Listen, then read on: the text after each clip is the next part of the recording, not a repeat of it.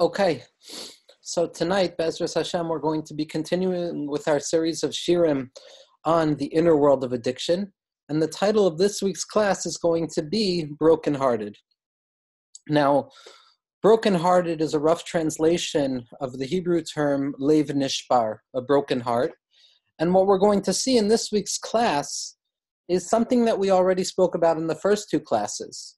That when it comes to being metapel, when it comes to dealing with the soul of an individual, and the soul of the individual includes the choili hanefesh as well, the forms of soul illness, of mental illness, the illness of the mind, with all of its physiological and neurobiological propensities, is still, at least for our purposes, going to be considered choili hanefesh, an issue that is not necessarily physical, but an issue that can be referred to almost as a spiritual issue or an issue of the spirit, of the soul, of consciousness, of the mind. Now, when we spoke in the first year about the famous Ramban, Nachmanides' statement regarding the bitter waters and Moshe Rabbeinu's ability to sweeten the bitter waters with a bitter tree, to show that the way that Hashem cures something is not from elsewhere, as if there's a sickness, and then the sickness needs a cure that comes from an entirely other place, of a makom acher, but rather that when Hashem speaks about curing illnesses, when Hashem speaks about curing the merirus, the bitterness, there's a sweetening of the bitterness through bitterness itself. Or like Chazal tell us that minei ubei, it comes from within itself when discussing the unique phenomenon of the fact that from the forest itself comes the handle for the axe. When describing the paradoxical sense that within the issue itself rises the cure of the issue, that is how Chazal are going to see the curative process of fixing, of being matakein a lot of issues. That it is not from elsewhere that the cure needs to come. The cure does not need to be something separate and distinct and apart from the illness itself, but rather within the illness, within the potency of the experience of addiction or fallenness or brokenness and all of the descriptions that we've utilized until now, there exists the potency of the cure itself. That from the forest itself, from the wood of the forest itself, which for our purposes can be considered the illness, comes the handle of the axe. The forest itself gives birth to that which is going to take down the forest. The illness itself gives birth to the tools that are going to be necessary to sweeten the illness from within itself. Now, this is expressed in multiple places in different ways, but one of the primary sources that discusses this unique phenomenon that when approaching mental illness, when approaching psychological distress, whether it's in the form of the possibility or the potential towards addiction or in the full manifestation of addiction itself, instead of looking elsewhere for the cure, instead of looking in faraway places for how to fix or how to cure or how to approach the question of addiction, the wisdom of Chazal, the wisdom of Hasidus, the wisdom of Judaism says that instead of looking in faraway places, all a person needs to do is gaze long enough into the illness itself. Because within the illness, within the mania itself, within the tzara, within the prevention, and within the constriction, there abides and there rests the potential of moving out of that constriction. Something that Rabbi Nassan of Nimerov, the scribe and the main disciple of Rabbi Nachman, would state over and over and over again, and especially in the writings and his letters that he wrote to his son Yitzchak. He writes that B'tsar harchavtali, when David HaMelech in Tehillim says that in my pain you have opened up my pain, he says that this can be understood in two different ways. It could be understood as a sequential pattern, that a person finds themselves in distress, finds themselves in pain, and then after the fact, after that pain has been experienced, there comes about a harchava, an openness, a vastness that the person is capable of leaving that space of pain. But Rabbi Nassan says that that is not the proper way of interpreting this. The proper way to interpret the pasuk of B'tsar harchavtali, that in my pain you have opened things up for me, that I have found vistas and possibilities within my negative experience as well, Rabbi Nassan says that it is a minei ubei. It is within itself. so that the cure is not some secondary stage in the process that emerges after the illness, but within the potencies and the propensities of the illness itself, of addicted nature, of being stuck in something, of being enslaved to something, there lies and abides the potential and the possibility of the cure itself. Now, what we discussed last week was the type of soul, the type of neshama, the type of archetypal making that finds itself stuck within the interiority and exteriority of addiction.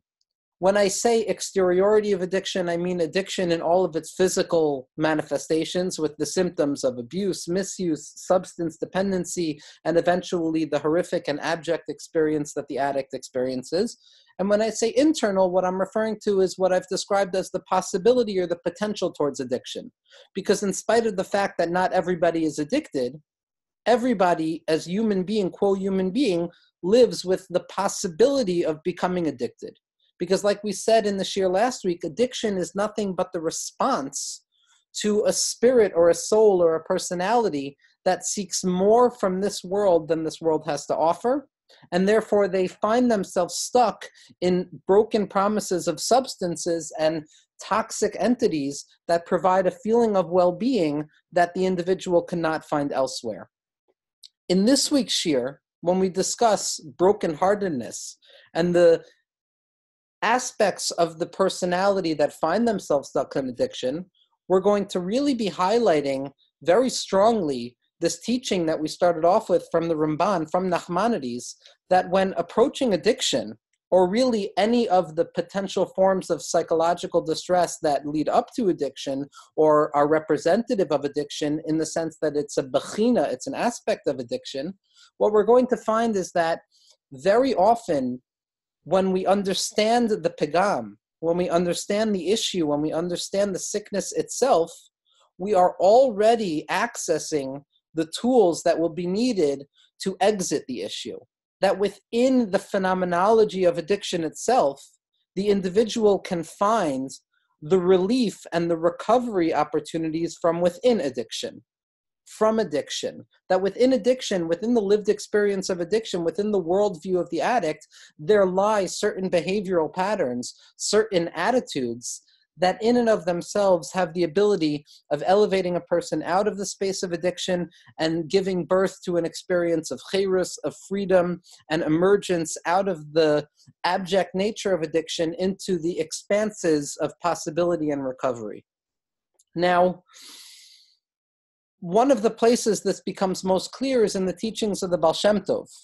And really, these teachings of the Baal Shem Tov are based in the last Mishnah in Sefer Yetzirah, where it says that Ein lamala me'oneg ve'ein lamata me'nega. There is nothing loftier, there is nothing higher than the experience of oneg, which can roughly be translated as pleasure, but it doesn't simply mean pleasure in the craft sense of the word in terms of physical or bodily pleasure, but it means pleasure in the most psychoanalytic sense of the word, in terms of the number one or most essential drive that pushes human experience. There is a long-standing machlokes, an argument, amongst the different tzaddikim and Chabad, Hasidus in particular, especially the Alter Rebbe and the Rebbe Rashab, as to what is the crowning space, what is the most fundamental space within human experience. Is it the space of ratzon, of desire and will, or is it the space of ta'anug, of pleasure and joy? Now, either way you look at this machlokes, ta'anug and pleasure seems to be the engine that drives most of human experience. That what we seek in life is the pleasure principle. We seek to find relief from the conditions of this world. We seek to find enjoyment, not simply physical enjoyment, but an enjoyment that speaks to the soul itself. So, ein lamala me oneg, there is nothing higher than oneg, ve'ein lamata me nega, but there's also nothing lower than nega. Nega, which textually speaking represents sara'as, leprosy, but spiritually speaking represents the condition that any individual finds themselves in, where because of this condition, because of this abjectness, where a person is forced to confront the illness of their spirit and their body, the individual is cast out beyond the community cast out beyond the space of human interaction into desolation, into isolation and loneliness. This nega tsara'as, this blemish of the spirit, this blemish of the mind, which can be used as a metaphor for any type of illness for which we have no cure yet because it remains part and parcel of the human condition. This is the polar opposite of oneg. Ein lamala me oneg, there is nothing higher than oneg, ve'ein lamata me nega. Now what the Baal Shem Tov and his students point out, that this equation is not simply happenstance, but the truth of the matter is that oneg and nega share the same letters. They share the same building blocks, the spiritual building blocks that make up the word oneg, the ayin, the nun, and the gimel, also make up the word nega. That the conditions and the spiritual building blocks and the phenomenological experiences of the psyche in this world that make up the primal experience of pleasure in its truest sense are the same constituents, the same constitutive elements that comprise the experience of nega, of deprivation and despair, and abjectness where a person finds themselves cast out into desolation and isolation, coming to show that these two poles of experience, this bipolarity of our lives, are not two separate entities, but they are part and parcel of the same experience, and very often it is dependent on our interpretation and our way of forming the letters and forming this experience that gives birth to how we react to it.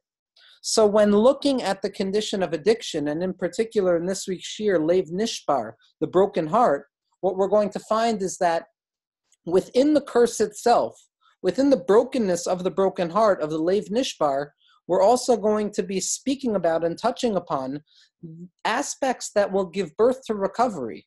That we will see that Lev Nishbar, that brokenheartedness, is not simply a negative stance that a person finds themselves in, but rather it is a fundamental attitude that the individual who is seeking spiritual potency and intensity and recovery and health in their lives needs to confront and utilize in order to move out of the space of darkness and into the space of light.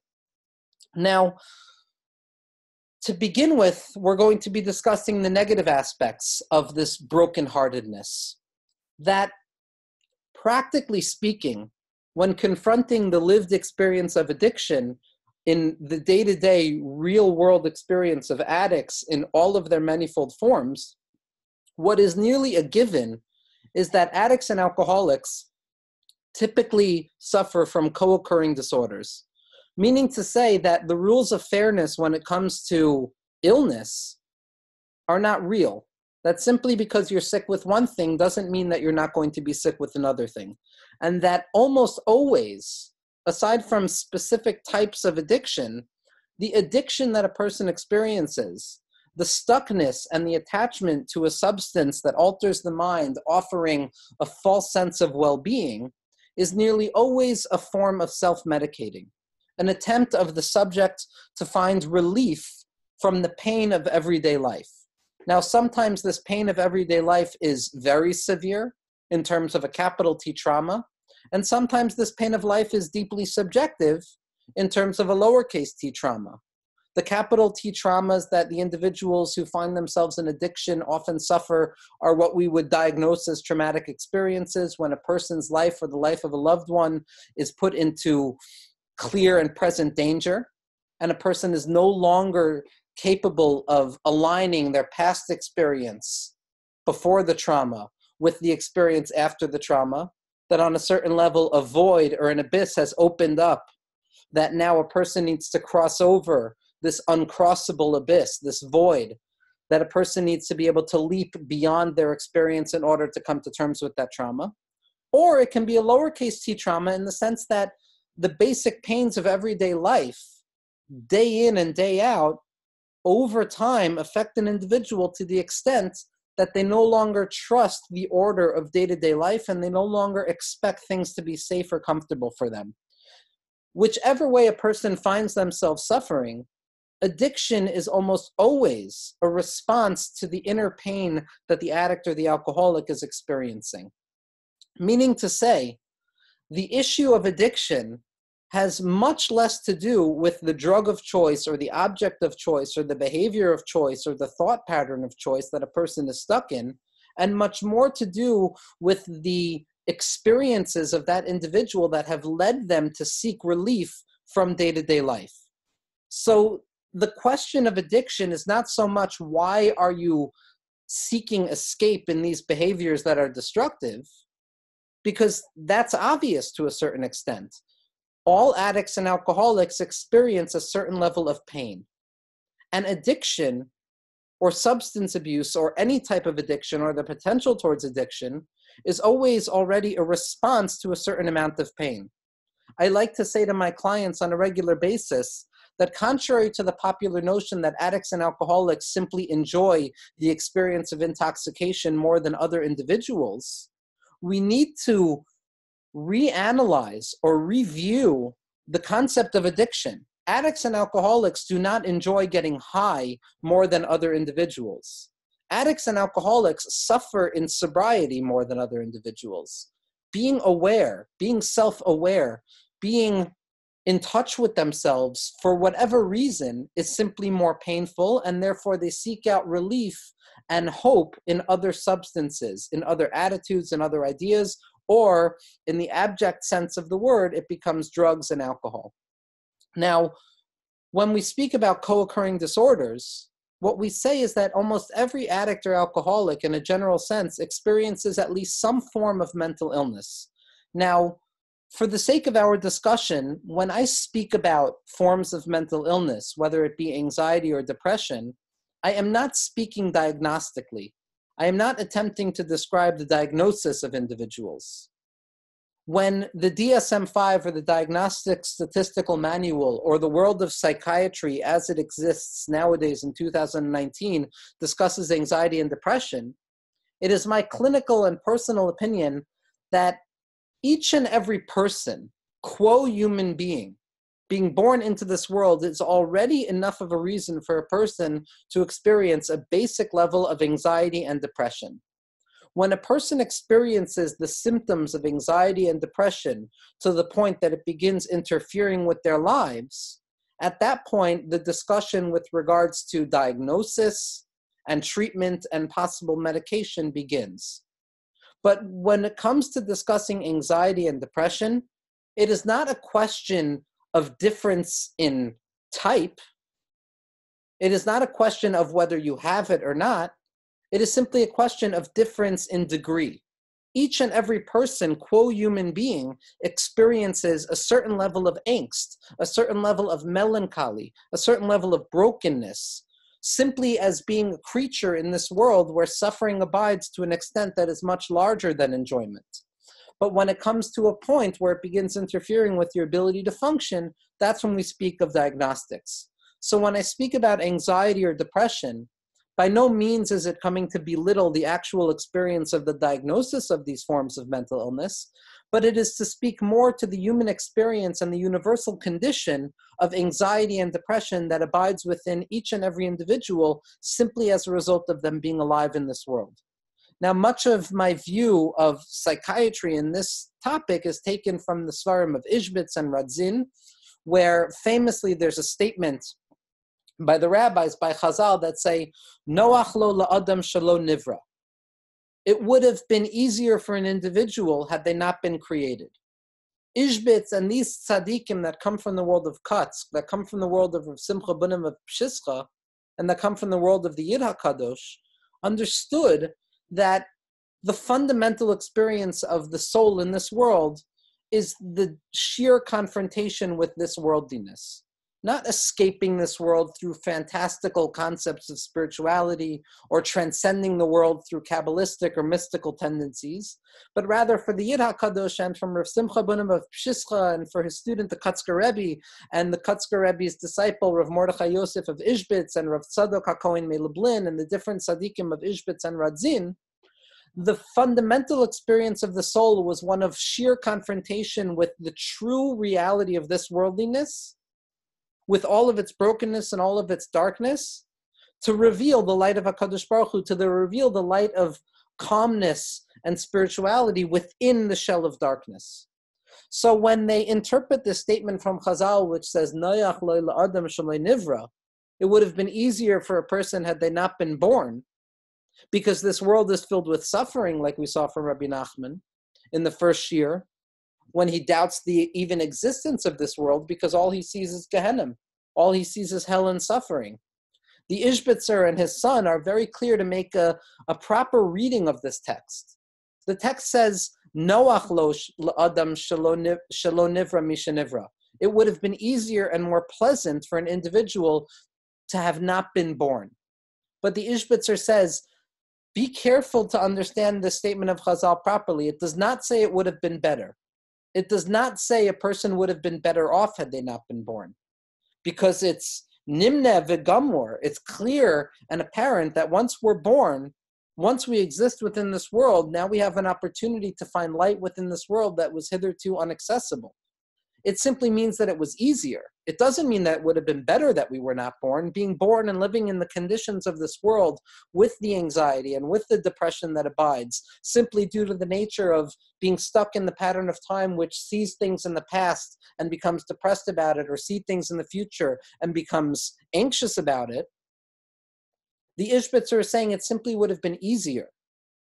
That making a statement that this world is a world of toil, that this world is a world of effort, so that when we look at it from a diagnostic perspective, everybody, quo human being, experiences a certain level of anxiety and fear over the future, or depression and sadness over the past. Now, when the broken heart becomes detrimental is when a person finds themselves looking at the world and simply seeing more darkness than light. When a person looks at their circumstances, when a person looks at what has befallen them and what actions they have engaged in, and what lifestyles they have engaged in, and a person sees that because of our track record, because of the behaviors that we've been engaged in, because of the things that we've been stuck in for so long in spite of our best efforts to try and move away from those patterns of behavior, a broken heart in that situation very often gives birth to hopelessness. And in this state of hopelessness, in the state of no longer feeling that my behaviors and my free will and my ability to choose can dictate what the future of my life looks like, the brokenheartedness gives way to sadness. And this sadness or this depression is not the opposite of happiness. It's not that a person doesn't have something to be happy about, but rather it is the condition where a person lacks the ability to feel alive.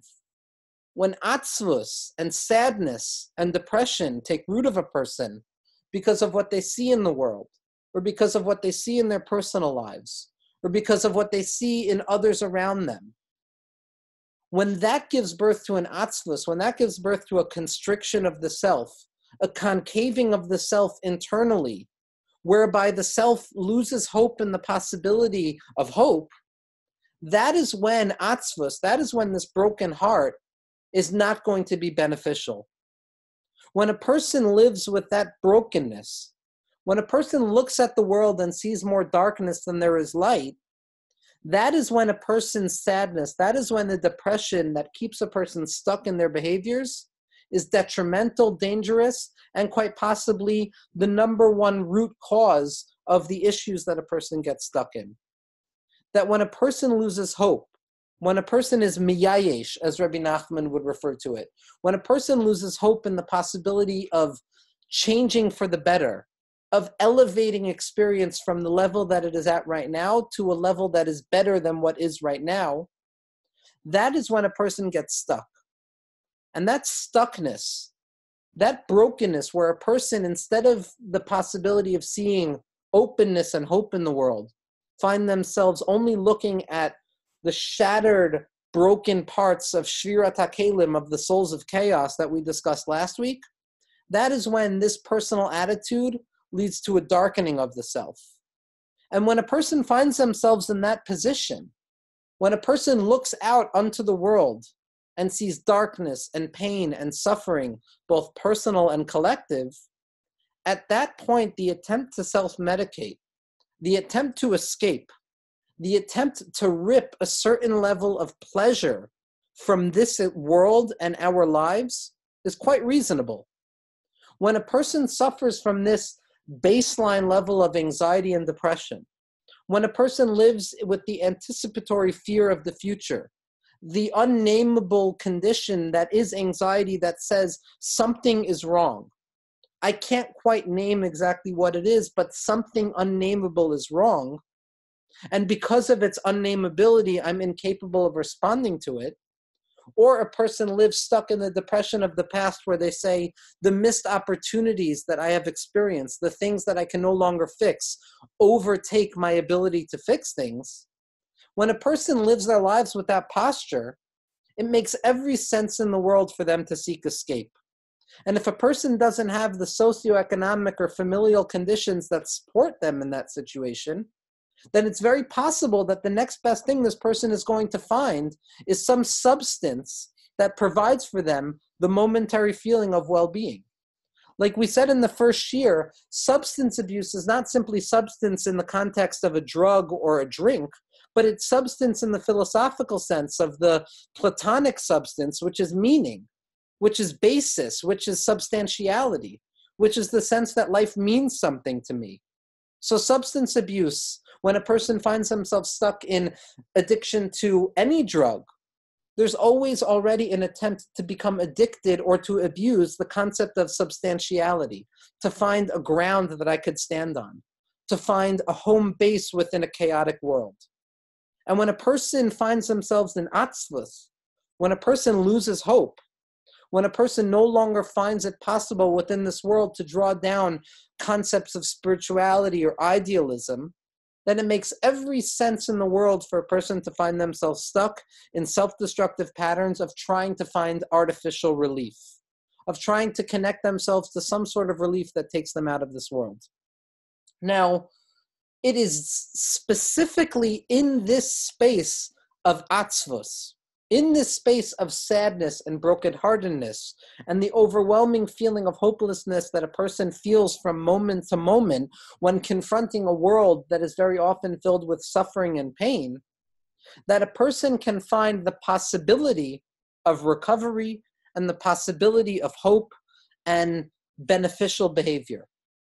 Because when you take an accounting of the personality type, of the neshamos of Olam HaTohu that Rav Kook described in last week's shir as neshamos that desire so much more from this world than what this world has to offer, who kick at any of the limited ideas of pleasure, who spit at any of the ideas of meaningfulness because it's so small in their eyes, because what they desire is something large and big and substantial, that when we're talking about souls like this, we're always already speaking about an archetypal pattern. That it is my clinical and personal opinion that when something sad happens, say a bird dies, and there are 5 children that confront this dead bird, 4 out of 5 of those children will be normal children, and they look at that bird and they will laugh and they will feel the meaningless of it, and they will poke at it and they will think it is an exciting experience. 1 out of 5 of those children, 1 out of 5 of those personalities, when they confront the brokenness of what a dead bird actually means on a philosophical or conceptual level, what it means to be aware of loss, what it means to be aware of the fact that that young bird had a family, that that young bird is not going home to where it came from. And the imagination takes itself to a place where that young child begins to empathize with the pain of the world. That individual, that child who can't laugh at that bird on the floor, who can't laugh at that fox on the floor, is the child who has a much more likely chance of feeling the need to escape life. Meaning to say that addicts and alcoholics, or the archetype of the addict, is the sensitive soul, as William James would say. It is the sensitive personality that feels the pain of everyday life more so than other people, to the extent that the attempt to escape the pain of life is almost reasonable for the addict. Because when they look at the world, they're filled with an atzvus. They're filled with this deep realization that things are not the way they're supposed to be. Like we said last week, these neshamos of Olam HaTohu, they come from a place where there was so much light that it couldn't enter into this world. They come from a place where there was too much light. There was a riboy ore, and the kalim, the vessels, could not contain it. And these individuals are so sensitive to this. Their heart is so broken by the suffering of the world. Their heart is so broken by the day-to-day experiences, the lowercase t traumas, the traffic jams of life, the putting your hand into your pocket, expecting a quarter and finding a nickel, which for that individual forces them to question, why are things not the way I want them to be? Why should it be that this world is broken? Why should this world not be perfect? And they're forced to try and find artificial perfection. And quite frankly speaking, for the addict who is finding hope in opiates, lo aleinu, heroin offers momentary perfection for an individual. And they feel, wow, this is what I've been searching for my whole life. That, as Gabor Mate points out, the heroin addicts of the world are not saying, wow, I enjoy the high of opiates. What they're saying is that heroin feels like when I was sick at 5 years old, my mother came into my room and rubbed me on the back and put a blanket around me and gave me a bowl of chicken soup. That experience of calm, that quieting down of the merirus hanefesh, of the brokenness and bitterness of spirit, is very often the only taste of shalva, the only taste of peace that these individuals have. And each and every one of us on our own particular level, in spite of the fact that we don't find ourselves stuck in these patterns of addiction, understand this experience, that there are things that we become stuck in, that there are behaviors and attitudes and thoughts and patterns of emotional distress that we get stuck in, and ruminations and obsessions, simply because they make us feel a little bit better in this world. And when we feel pain strongly, when the soul comes from a place of chaos, when the soul comes from a place of the promise of a riboy or, of so much light that we know the possibility of pleasure in this world, so it's reasonable to a certain extent to seek escape. But these individuals who experience addiction are also primed mineu bay for recovery, because what it takes for recovery is to take this merirus, is to take this atzvus and transform it, and to flip it around, and to reverse it into a spiritual potency that allows the individual to find essence and substance in this world unlike anything else. That the Baal Tshuva, that the soul of chaos, the neshama of Kayin, the neshama from the school of Beis Shammai, the severe thought, the severe individual who feels pain more strongly, they are the ones who are capable of finding within their experiences an attitude that can propel them to a place where even tzaddikim gemurim don't have access. Like we said last week with regards to the difference between the soul of Rabbi Elazar ben Dordayev, the Rasha, the Baal Tshuva who dies in repentance, the addict who, when he comes to terms with his powerlessness, when he comes to terms with how far and low and broken he is incapable of living with himself, and he transcends to the next level of experience. He becomes a new person. And Rabbi Yehuda Hanassi, the tzaddik, says to him, "You're Rebbe, you're a teacher of mine." And b'makom shebalei tshuva omdim ein tzaddikim gemurim yicholim la'amod. And in the place that the repentant or the recovering individual is capable of standing, the truly righteous individual has no access. Those who don't experience the pain of this world, those who don't understand the statement of the Ishbitzer in the name of Chazal that it would have been more comfortable not to be born, they don't understand the potency of what this life has to offer. Those who don't understand the pain of confronting loss, the pain of confronting disorder, the pain of confronting suffering in any of its myriad manifestations, cannot understand the blessing and the doubled experience, the doubled portion that the recovering individual has, that the Baal Tshuva has, the Yeser She'es, the expanded force that we can confront life with. And it is dafka in this place of atzvus, dafka in this sensitivity, dafka in this melancholia, in this brokenness of spirit, in this zebrochenkeit, in the brokenness of the soul, that the individual has the capacity of transforming their abject experience of addiction and brokenness into a profoundly spiritually refined experience of recovery and redemption. And what we're going to look at now is how, within the atzvus experience, within the sensitivity of the soul that sees the suffering more profoundly, therein lies the potency of recovery as well. And what we're going to start with is a profound statement from the Baal HaTanya. Now, really unlike any sefer in history, and by no means does this need any haskama, the Sefer HaTanya, Tanya Kadisha, Lukutei Amarim, discusses the experience of the addict or the potential addict in terms that no other tzaddik has ever described. That, and I showed the wrong sefer, I showed the Mittler Rebbe's Kuntres, which I'll show after. This is Tanya. The Baal HaTanya, in his description of the phenomenology of the Benoni, the phenomenology of the in-between individual, and Benoni has been interpreted and translated in various ways. Some people have described it as the potential man, the potential individual, the person who is always perpetually in the process of becoming. Or the Benoni, the way I like to describe it, is the liminal experience, the Bain, in between things, stuck in between stages. The Benoni is that spiritual potency, that individual, that personality type that finds themselves in this world, that finds themselves living under the conditions of this worldliness with all of the suffering that abides, with the painful awareness that things can be better. That painful awareness that things can be better is the root of suffering. Because for a person to live a quiet life of desperation without being aware that things can be better, so then it's not such a tzara. Then it's not noyach leila adam shelo nivra. Being alive is great. Being in this world is wonderful. It's only for those souls, for that spiritual potency which abides within each and every one of us, that knows that things can be better, that knows that this world has so much more to offer, because this world comes from HaKadosh Baruch Hu, this world comes from Ein Sofiyut. But because this world can contain it, because the shvira takes place, because things break down, we're stuck in a deferred property of this world, which is broken and suffering.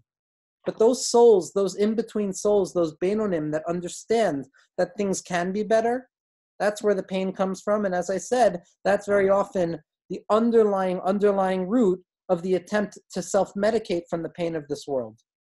Now, the story that summarizes the Sefer of Tanya for me is the story that when the Baal HaTanya was writing Tanya, he gave the manuscript to a chassid of his who was traveling to a city that was going to have more of population, more businesses, more hotels, more of a populace.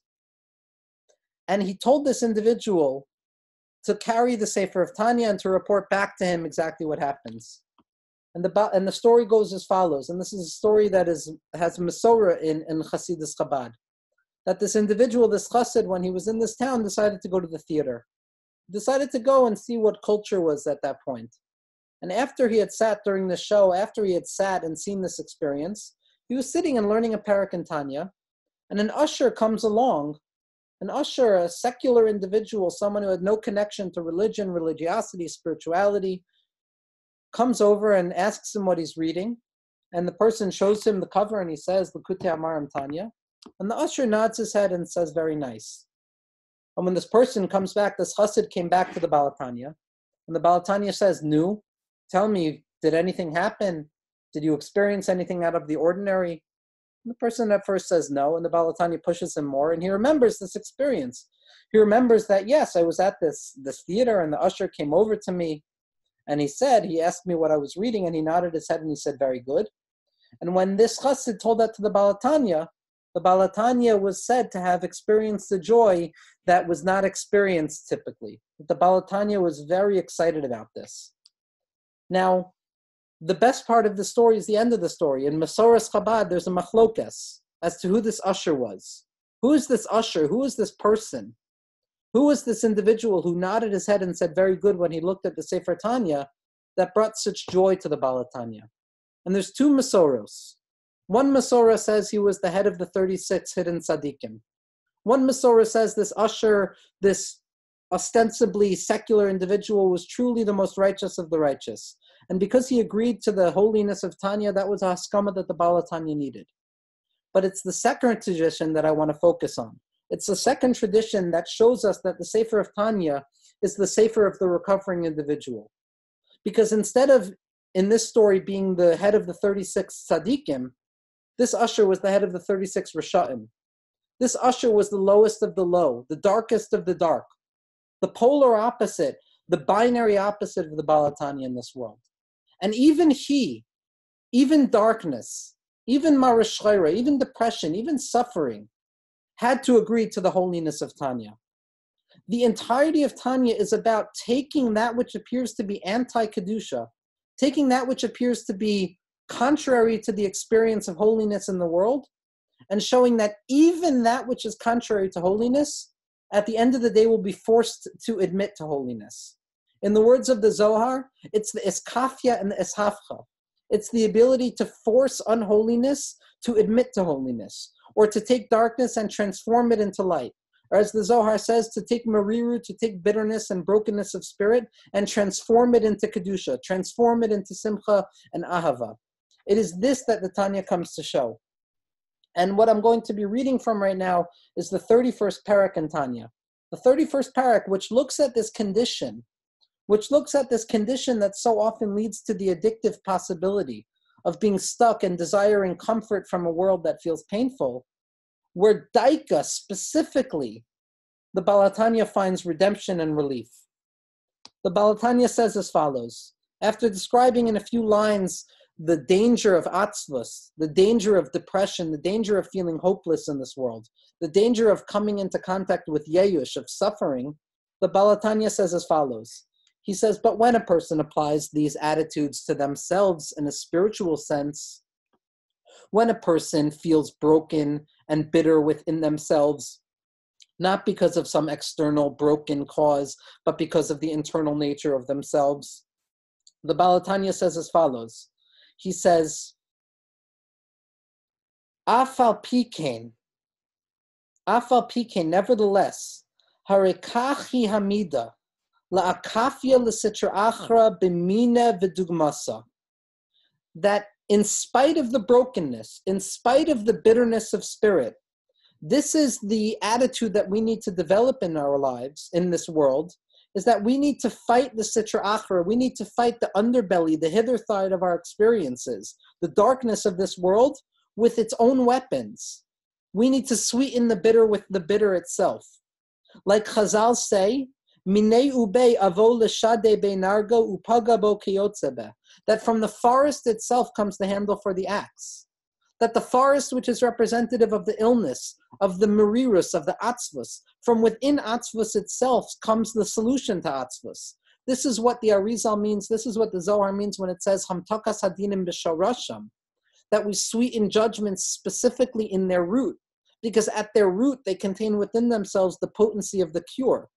Now, this is not simply expressed by tzaddikim, this is expressed by psychologists and philosophers as well. Jacques Derrida, the French Jewish philosopher who, in his pushing away of Judaism, expresses more Judaism than most people will ever express in their lives, when he's discussing the condition of addiction, he roots it back to the philosophical concept of the pharmakon, something that Plato discusses. And in his book, Dissemination, Derrida writes that the pharmakon, which is the Greek root or the Latin root for the word pharmacy, which becomes the place where a person receives cures for their conditions, that pharmakon in its translational essence, in its etymological root, means both the poison and the cure.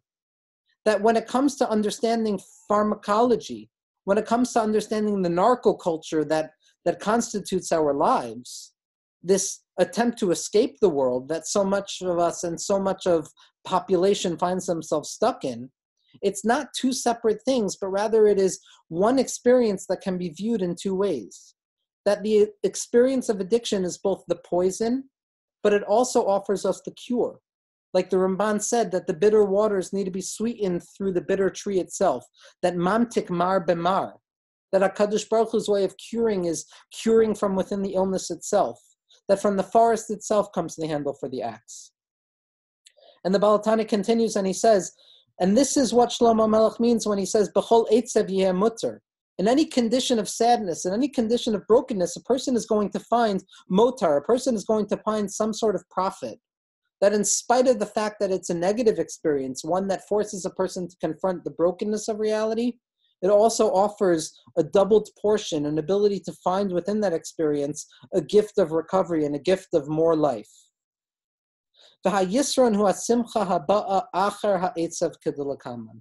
And And here the Balatanya is going to condition his remarks in saying that the true sign of a sweetening of sadness, of a sadness or a bitterness that actually gives birth to movement and betterment of the self instead of a brokenness and a running away from life and all manners of addiction, is the joy that comes about afterwards.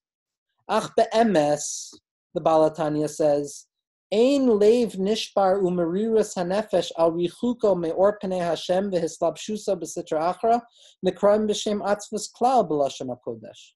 That in truth, when we're speaking about this condition, this feeling of being far and distant from the ideal, of not living our lives to the best way that we can live it, of being pushed away from some primary ideal, of being pushed out and beyond of some primordial Edenic experience where things were perfect, of being born, really, that's not what atzvus means. When we speak about that, that's what we call merirus. That's a bitterness, which the Balatanya is going to see as a positive attitude. Because atzvus, what is sadness? Sadness is when a person's libo metumtum, a person's heart is broken, impoverished, closed, poisoned, ke'evan, like a stone. It's a sadness that doesn't give birth to hope. It's a sadness that says there is no hope. It's a sadness that, like Rabbi Nachman would say explicitly in Sichos Haran, Os Mem Aleph, Os Chaf, Rabbi Nachman speaks about this more than the Balatanya does. It's an atzvus that doesn't give birth to simcha, that doesn't give birth to hope, that only leads to losing hope, that only leads to yeyush. But when we talk about merirus, when we talk about the bitterness of spirit that constitutes the individual, the Baal Tshuva, the recovering individual, to find hope in this world more than what the world has to offer, that's something entirely different. Adarabba hareyesh chayus belibo. When a person has a merirus, when a person has a bitterness over the condition of the world, over the brokenness of the world, over the brokenness of their experience as an individual and collectively speaking, and this is true for any amount of suffering, the soul of Tohu that Rav Kook discussed last week, the soul that comes from a place that is deeply aware of how much light can actually penetrate into this world, the soul that desires the ideal so much that it can't survive in the reality of the world because it wants something better, that soul understands that when it's mar, when there's a bitterness, adarabba hariyesh chayus belibo, there's a liveliness in its heart, lehitpalel, to be moved, lehitmarmer, to question itself, to murmur within itself, rakshi chayus mebechinus gevuros kedoshos. Except this experience is one that comes from the Gevuros Kedoshos. It's an experience of severity. It's an experience of pain. But this pain and this severity is one that touches the kernel of the soul more than joy does. Like the Rebbe Rashab says in Shasha Hekdimu Taf Ayin Reish Beis, he says something remarkable.